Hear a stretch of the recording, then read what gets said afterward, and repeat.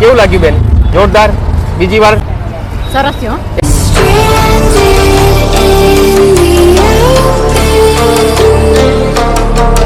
હવે આપણે આજે એક એકદમ યુનિક વસ્તુ ખાવાના છીએ, જેને કહેવાય છે ફેન્ટા પૂરી.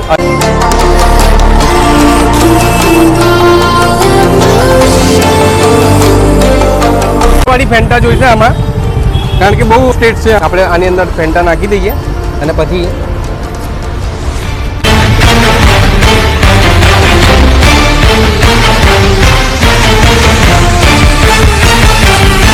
પકોડીની બાબતમાં લેડીઝો કોઈની ના થાય, એમના હસબન્ડને સાઈડમાં મૂકી દે અને પહેલા પકોડી ખાઈ લે.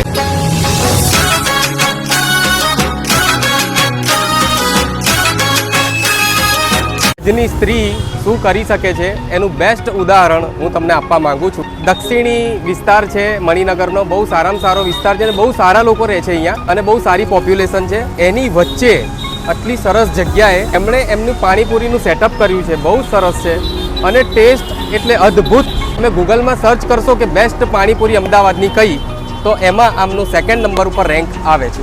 યામિનીબેન, આ ક્યારથી સ્ટાર્ટઅપ ચાલુ કર્યું તમે? લગભગ 1.5 વર્ષ જેવું થયું. શું આઈડિયા આવ્યો તો તમે ચાલુ કર્યું આ? કોરોના પછી થોડુંક આર્થિક પરિસ્થિતિ નબળી થઈ ગઈ હતી ને મને એમ પણ ખાવાનું બનાવવાનો અને ખવડાવવાનો શોખ છે. બરાબર. એટલે અમને વિચાર આવ્યો કે બીજું કંઈ કામ નથી તો હાલ આનાથી સ્ટાર્ટઅપ કરીએ. બરાબર. આની પહેલા શું વર્ક કરતા હતા તમે? આની પહેલાં અમારે ડ્રેસ પ્રિન્ટિંગનું કારખાનું હતું. કોરોના પછી તરત ચાલુ કરી દીધું? સમય પછી. આ કેટલા ટાઈમથી તમે અહીંયા ઊભા રહો છો? અહીંયા આગળથી લગભગ 1.5 વર્ષથી ઊભા રહીએ છીએ. અને કેવો રિસ્પોન્સ છે પબ્લિકનો? બહુ જ સારો છે. હા, કારણ કે અમે તમારું ગૂગલમાં સર્ચ કર્યું હતું, બહુ સારું નામ બોલાય છે. ઘણા બધાએ સારા રિવ્યૂ આલ્યા કે બહુ સારો ટેસ્ટ છે અને બહુ બધી વેરાયટી બનાવે છે. તો તમે શું શું બનાવો છો? રગડા પૂરી, રગડા ચાટ, સેવ પૂરી, ચટણી પૂરી, ચીઝ પૂરી, દહીં પૂરી. બરાબર. બાસ્કેટ ચાટ, ભેળ, પાણીપુરી. એમાં સૌથી સારામાં સારી ડીશ તમારી કઈ કઈ? અત્યારે લોકો સૌથી વધુ પસંદ કરે છે એ છે દહીં પૂરી, એના પછી છે સેવ પૂરી, પછી ભેળ, પછી ફેન્ટા પૂરી. ઓકે. એ પછી છે ચીઝ પૂરી. અમૂલનું ચીઝ યુઝ કરીએ છીએ. ઓકે, બધી વસ્તુ અમૂલની જ વાપરો છો? દહીં પણ અમૂલનું યુઝ કરીએ ઓકે. છીએ. પાણી, મસાલો આ બધું તમે ઘરેથી જ લઈને આવો છો બનાવીને કે પછી તૈયાર? ઓકે. બહુ લોકોએ રિવ્યૂ આલ્યા છે કે બહુ સારી પાણીપુરી બનાવે છે બેન, એટલે આજે તમારે અમને ખવડાવવાની છે. પહેલાં કઈ ડીશ બનાવશો? તમારી જે બેસ્ટ ડીશ છે ને, સૌથી સેવ પૂરીથી ચાલુ કરીએ. સૌથી પહેલાં બનાવો તમે સેવ પૂરી. આવી ગઈ છે સેવ પૂરી, પહેલી ડીશ આપણા હાથમાં અને આપણે ટેસ્ટ કરીએ છીએ. એક્સ્ટ્રા ઓર્ડિનરી ટેસ્ટ છે બોસ સેવ પૂરીનો. એક્સ્ટ્રા ઓર્ડિનરી ટેસ્ટ છે. એવું થાય કે આપણે ખાતા જ રહીએ. ખબર નહીં બેને કયો મસાલો નાખ્યો છે અંદર કે ખાવાની ઈચ્છા થાય. નામ છે તારું બકા? જુઝર. હે? જુઝર. અને આપનું શું નામ છે? હિના. જે કારણ કે પકોડીની બાબતમાં લેડીઝો કોઈની ના થાય, એમના હસબન્ડને સાઈડમાં મૂકી દે અને પહેલા પકોડી ખાઈ લે. શું કેવું ભાઈ? કેટલી થઈ તારી? ઘણી નથી. અચ્છા હિનાબેન, ટેસ્ટ માટે શું કહેશો તમે? ટેસ્ટ બહુ જ ફાઇન છે એમનો. ઓકે. અને કેટલા ટાઈમથી ખાવ છો તમે અહીંયા? એકચ્યુઅલીમાં અમે આજે ફર્સ્ટ ટાઈમ અમે જઈએ છીએ અહીંયાથી રોજ જે, પણ આજે ફર્સ્ટ ટાઈમ અમે. ઓકે. પણ કેવો લાગ્યો ટેસ્ટ તમને? બહુ જ સરસ લાગ્યો. સરસ સરસ. કેવું લાગ્યો ભાઈ તને ટેસ્ટ? સારું છે. સારો છે ભાઈ. આ હથિયાર ફેંકી દીધા છે આણે. કહી દે હાર સ્વીકાર છે એવું કહી દે. જીતી ગયા છો તમે. Okay, thank you. હા ભાઈ, હવે બિલ ત્યારે આવવાનું છે. હવે સેકન્ડ ટાઈમ તમે વિચારો અહીંયા આવવાનું? હા, વિચારી. ઓકે, ચલો, ખૂબ સરસ, થેન્ક યુ.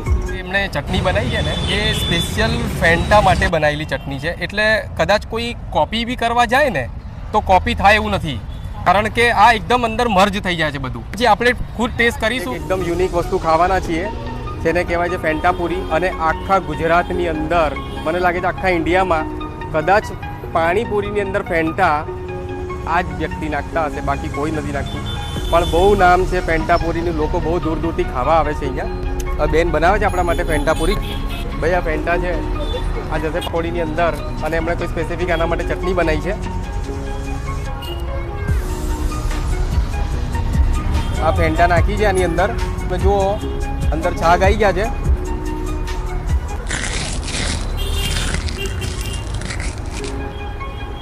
બહુ જ માઇન્ડ બ્લોઈંગ છે. સોલિડ છે.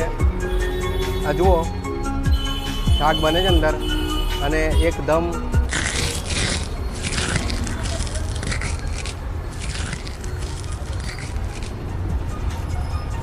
એક્સેલેન્ટ, કંઈક યુનિક જ છે. જેટલી ખાઓ ને એટલી ઓછી પડે એમ છે. મને લાગે છે એક લીટરવાળી ફેન્ટા જોઈશે આમાં, કારણ કે બહુ ટેસ્ટ છે એનો. આ જુઓ અને પાણી અંદર જુઓ શાક થાય છે. આપણે આની અંદર ફેન્ટા નાખી દઈએ અને પછી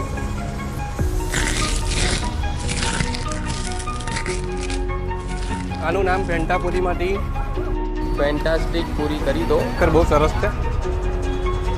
તમારે એકદમ સરસ ટેસ્ટી એકદમ હાઇજેનિક પકોડી ખાવા આવવું હોય તો એડ્રેસ આપણા યામિનીબેન બતાવશે.